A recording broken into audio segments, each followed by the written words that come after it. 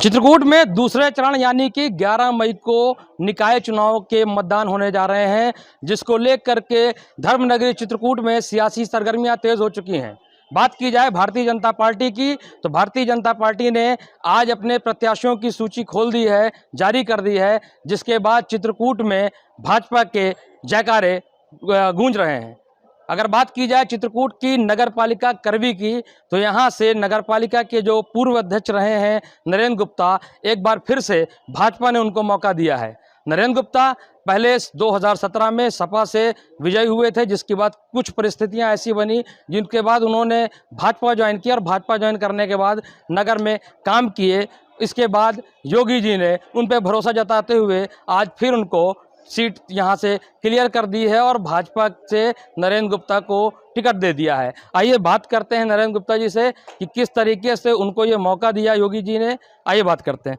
पहले तो एबीपी गंगा की तरफ से आपको बहुत बधाई, आपको फिर से प्रत्याशी बनाया गया। नमस्कार, बहुत बहुत धन्यवाद। तो ये बताएं नरेंद्र जी कि आप पहले सपा में थे 2017 में, आपका अखिलेश यादव जी से बड़ा अच्छा प्रेम था, उन्होंने आपको मौका दिया, आप विजयी हुए, उसके बाद फिर आप भाजपा पे आ गए।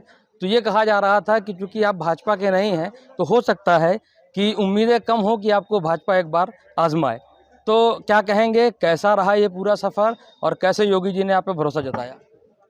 देखिए, ये कहना आपका जो है निरर्थक है कि भारतीय जनता पार्टी मुझ पर यकीन नहीं करती थी। अगर यकीन नहीं करती तो मुझे शामिल ही नहीं कराती।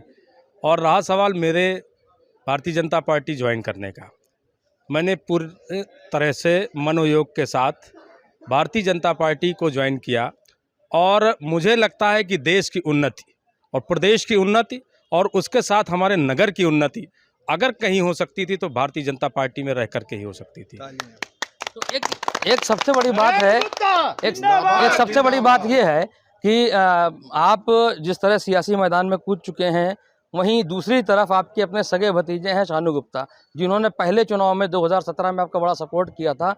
अब वो जिस तरह से खुद अगर उतर गए हैं फील्ड में, अब उनका कहा जा रहा है कि चूंकि भाजपा से उनको टिकट नहीं मिला है तो अब वो निर्दलीय चुनाव लड़ेंगे। तो कहाँ तक ठीक है, चूँकि आपका पारिवारिक मामला है और इस परिवार में अगर इस तरह का कलह होगी तो कहाँ तक जीत आपके हासिल खाते में आएगी? परिवार में कोई कलह नहीं है। भारतीय जनता पार्टी से 17 लोग टिकट मांग रहे थे, उसमें से एक मैं भी था। अल्टीमेटली टिकट एक को ही मिलना था, 16 को नहीं मिलना था। भारतीय जनता पार्टी पर सभी लोगों को आस्था है और सारे लोग भारतीय जनता पार्टी के साथ। तो जिस तरह शानू गुप्ता का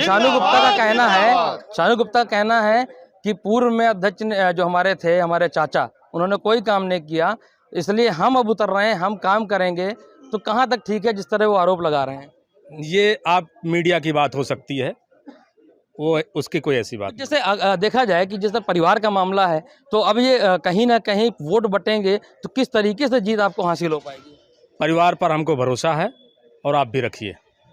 तो ये थे जो जिनको भाजपा ने अपना प्रत्याशी घोषित किया है, नरेंद्र गुप्ता। उनका कहना है कि किसी भी तरह की कलह नहीं है, हर सूरत में भाजपा का ही खाता खुलेगा, भाजपा फिर से जीत हासिल करेगी, चाचा भतीजे की कोई विवाद सामने नहीं आएगा।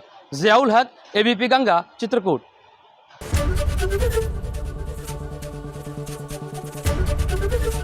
एबीपी गंगा, खबर आपकी, जुबान आपकी।